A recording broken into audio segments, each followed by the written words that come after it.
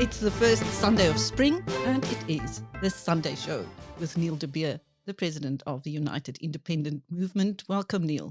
Yeah, Chris, good day on this Sunday, but might I tell you, if you were a beer last night, you were in trouble, because I think after that rugby game against the All Blacks, Bokke, the country was green, but I think the beers suffered. What a victory. Again, showing what sport can do to take away all the darkness and unite our countries on the Springbok team. Wow, what a great game, and look forward to next Saturday where we hope we unite again as a country can. From the light to the darkness, Neil, the VBS Bank scandal has jumped parties. I see it's gone from the economic freedom fighters and by extension MK to the ANC and to no person other than the Minister of Justice. I mean, Chris, this is the Minister of Justice. So you've got to understand Tempi and Kadime is the Minister of Justice. That must be fundamentally a earth-shattering shock that should send cold spells down any person's spine to just imagine that a minister took an oath to uphold, protect and defend the Constitution, but goes further and is the person who must implement that as the Minister of Justice, and is now being told that when she was the mayor of Mpumalanga municipality, allowed that municipality against contrary to any ministerial or municipal finance act, put money into VBS. And undoubtedly the rumor now is that she got a 529,000 Rand kickback to put it into a coffee shop. And until today, which is now a week and a half later, she cannot produce the loan document. She cannot say how she paid that loan back. And she's still sitting in her seat. Now, in the ordinary manner in this country, we would go, here we go again.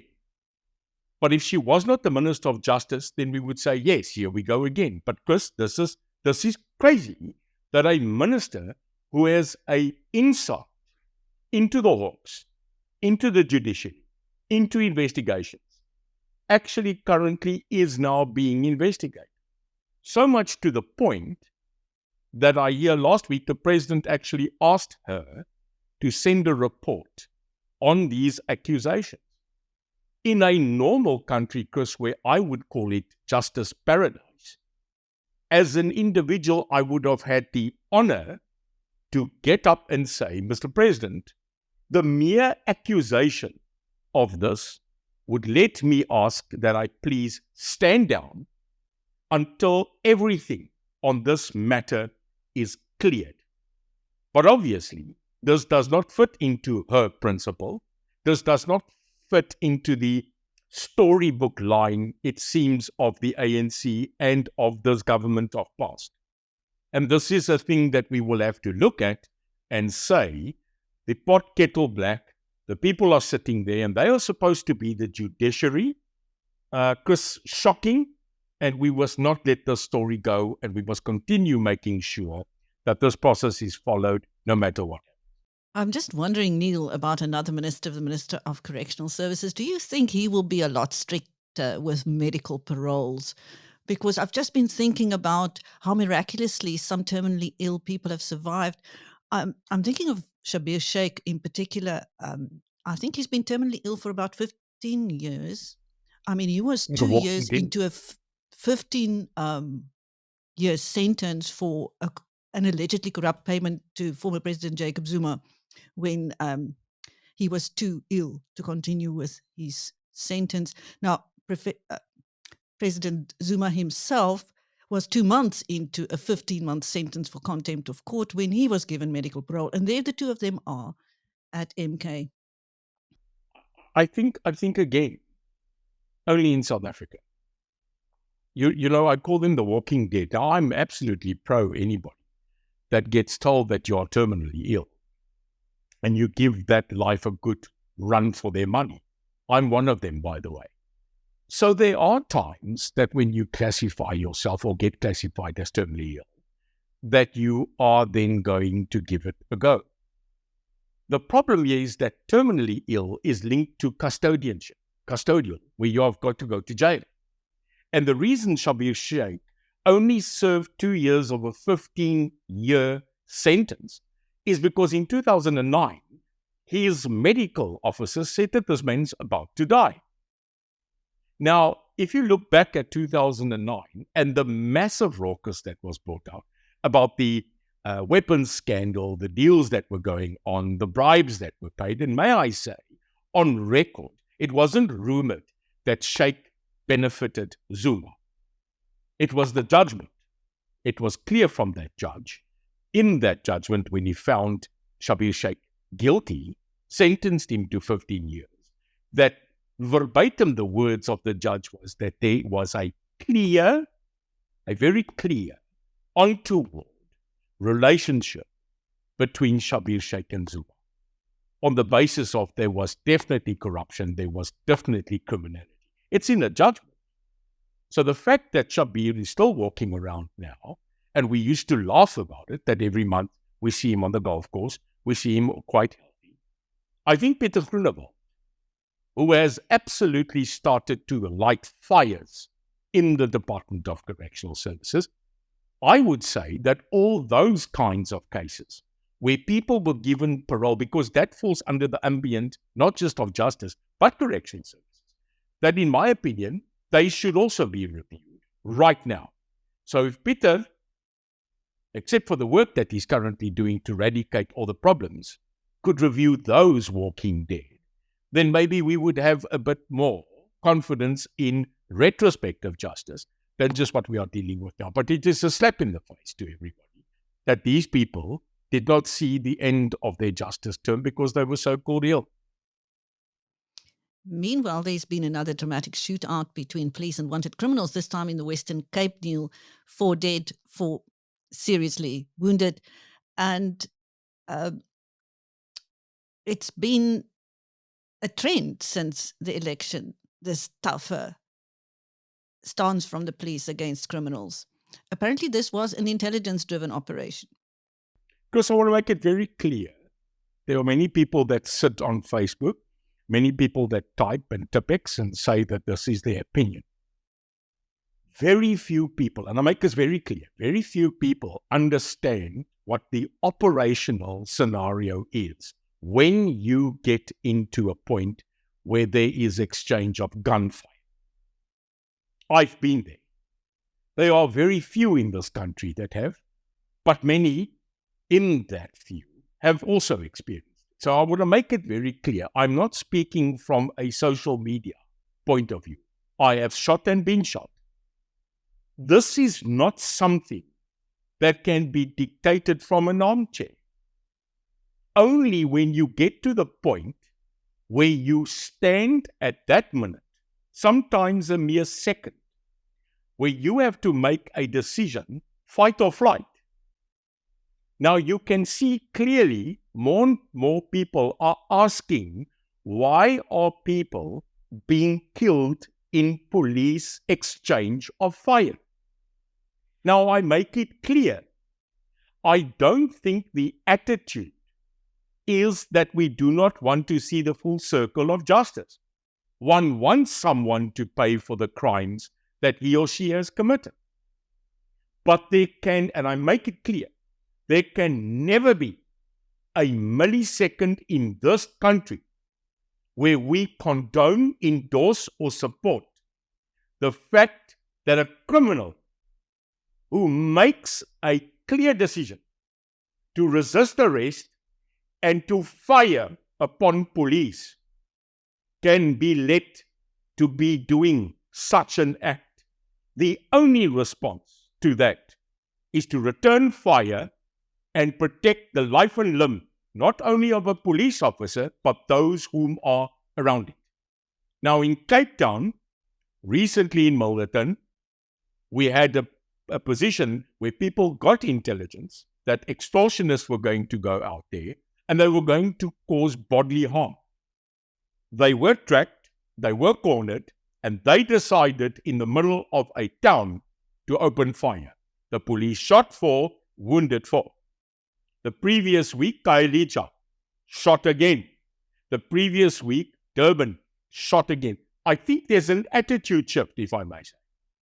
You can see there's a clear attitude shift on the control and command of the police, and I fully endorse it because I have been there. Jy kan nie staan en net skote vat nie. That's not going to happen. And if we can have that attitude, although it is not palatable, it's not. But until you have not stood there and found lead whizzing past your head, then at the end of the day, you cannot be 100% right in your opinion. Go stand there, get in the boot, sit in that van, and be fired upon. This is not right. So I think we should stop this scenario of complaining and saying that the police are brutal. They're not brutal. They are just being just. That's my opinion, and there's many contrary to that. But I don't like the people that sit there and have never ever worn that uniform, saying that there's an ulterior way to dodge an AK bullet in the middle of the day. And Neil, there seems to be a clearer link now between intelligence and police actions. Let us just go to the Mpumalanga military training camp. What is the latest? Yeah, there was an old saying, silence only stretches as long as the payment continues. I always say when you stop paying people, they get nasty, and then the tongues start to wag. And it seems that in that saga, the Mpumalanga camp, it seems that new information is coming out from within. So the latest alleged info is that the people that were trained, the quickly exited Libyans, were absolutely military orientated, that there were rumors that amongst them, they were members of ISIS, and that clearly the instructors that were put there were changed at one stage to upgrade them to people of ex-military personnel. This comes through a source that spoke this week, and this now brings another scenario to the question. Not the illegal training, not the illegal parameters of how it was from a security to military process, not the failure of Syria that could not keep control, and not the fact that the people were currently being abused in that scenario. It now must be on the centerpiece of the hawks, and I understand they're there, of who, not just of the instructors, the camp owners, and the security entity, who allowed that process to allow that now clearly people that were brought here for military process could get here through so many loopholes. And until we don't know the who, the where, the what, the why, and the when, I don't think we as South Africans could rest and feel at ease. And there's another scenario, Chris, that another camp has been found. People are now leaking that information, and I understand it is in the Western Cape. And that process is now also being followed. We, as normal South Africans, already facing horrendous crimes in this country, to couple this now with people that are in our visible areas of residence, also now being trained to handle guns and commit terror. It's unacceptable, but I see we are cracking down, and that is at least the light at the end of the tunnel.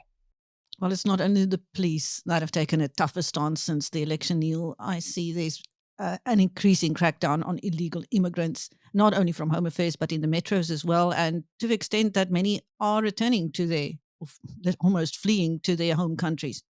Yeah, this is again something that has got nothing to do with race. It's not xenophobia. It's not a country. As I said, it's not an individual. This should be about the law. Now, I get many comments. People comment now on email, now that they got my email, to give me some little sets of info and some comments, and I love it. And Chris, we can post it afterwards, nadebe1@gmail.com.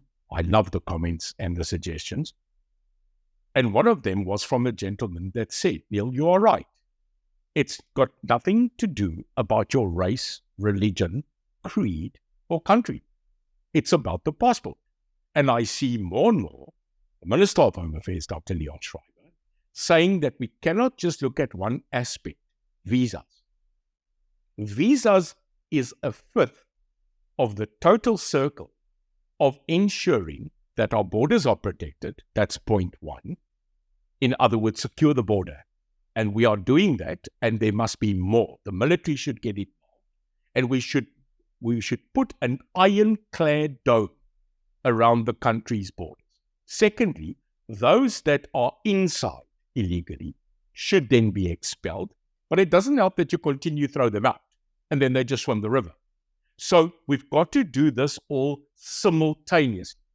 We've got to strengthen the border, tighten the grip at every exit and entry point, ensuring that the people that come in are legal, get rid of the people in the country that are illegal, ensure then that we've got tighter restrictions on qualification of entry, and number 5, eradicate and blacklist any person that is caught in this country that has committed a crime, is deported, to never enter this country again. I think if we do that, then we at least are starting to take a grip of a matter that we cannot deny was out of control and was causing major eruption in this country. And that's it. The law's the law, and we should enforce the law.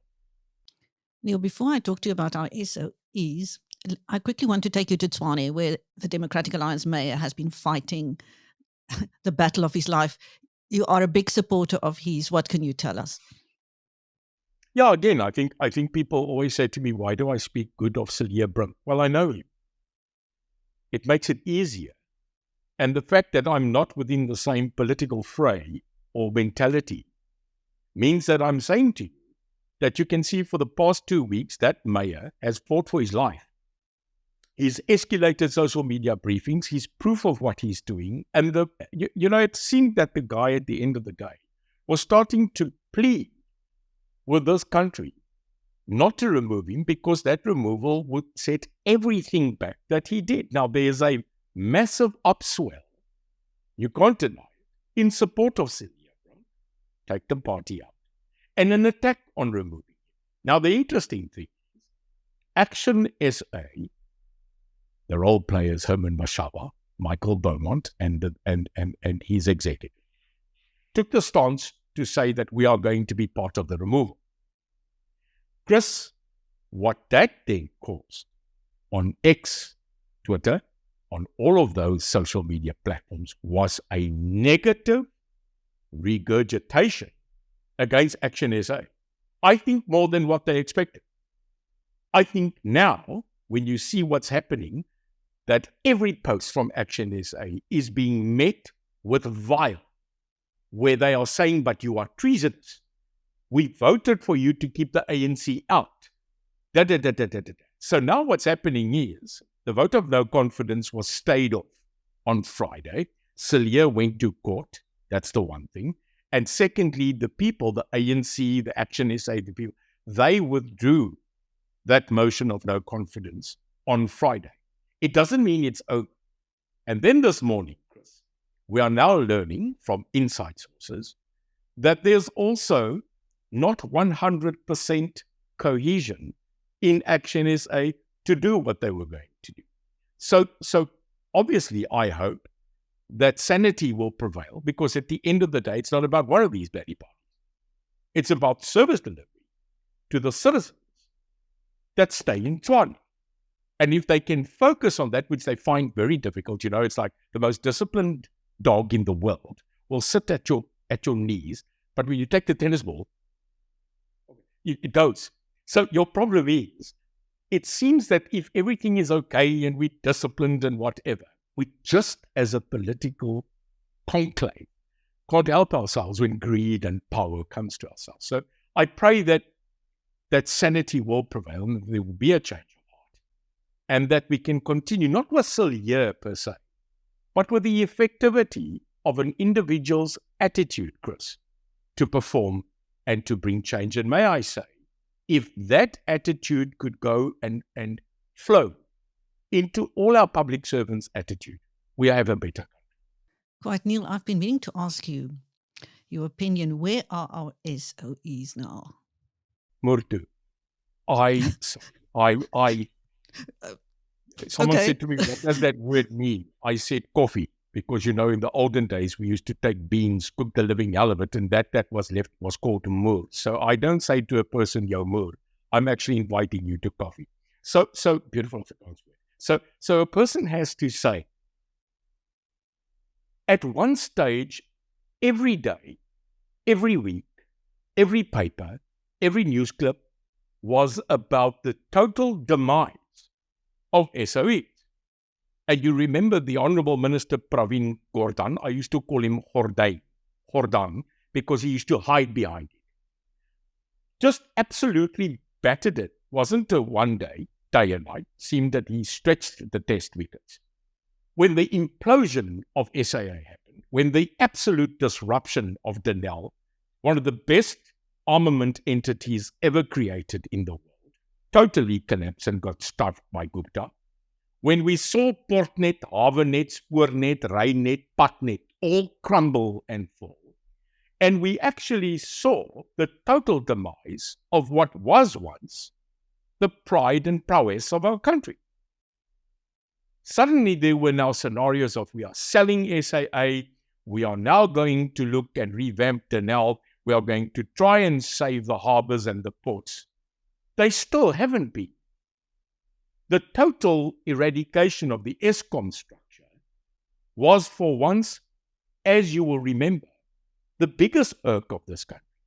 Now, Chris, I'm asking myself, am I back in Lala Kukule? It's as if it's just disappeared. All the charges, all the looting, all the destruction, all the ghost workers, all the money that was looted, all the problems with these SOEs is now not even discussed. It's as if we've just moved on. Now, my opinion is billions and trillions of your and my money went in there. Our savings, our life's equity went in there. And I'm just amazed that those are state-funded entities, in other words, paid for by the taxpayer, and we are hearing absolutely nothing. And in my opinion, because it's government-owned, government-funded, and it was so wrecked and ruined, it is as if silence is treason to the people. Now, I don't want this to go. I want to know, what are we going to do with the SOEs? What is the plan? And what is the benefit to me, the taxpayer, to continually fund entities that were so destroyed that we don't even talk about it? We cannot let that off the radar. We mustn't forget, as the people, what was done to us, what needs to be done, and how do we correct it?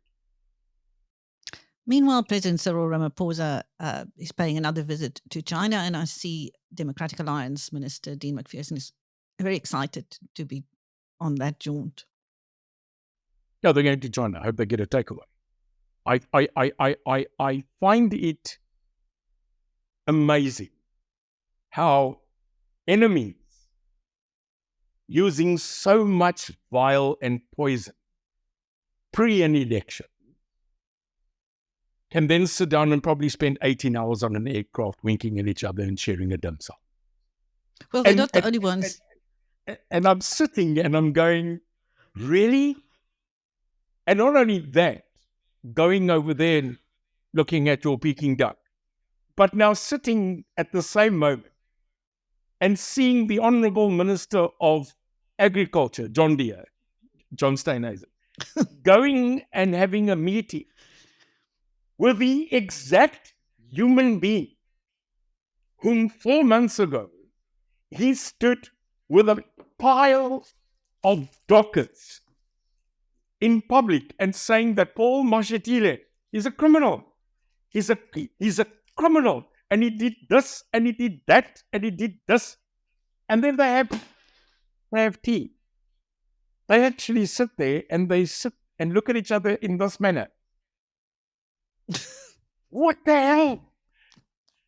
This is the thing, Chris, that makes me, at any time, as a person that's not been in politics long and that understands now the to and fro, this is what amazes me, is the power in politics of politicians to, at one moment, want to incarcerate, destroy, and throw the key only, and at the next moment, you are asking 2 sugars and a milk. I'm sorry. These are just people that are probably better than me, because if I knew who you were, I fought to get justice done. I am never going to relinquish that. I don't care for what amount of money. I don't care hoeveel lensies op jy wil verkoop nie. If you're a criminal, if I know you are, you must go to jail. And the fact that they can 1 month say jail and in another month go milk, I don't get it. I don't get it. And, well, this is probably politics.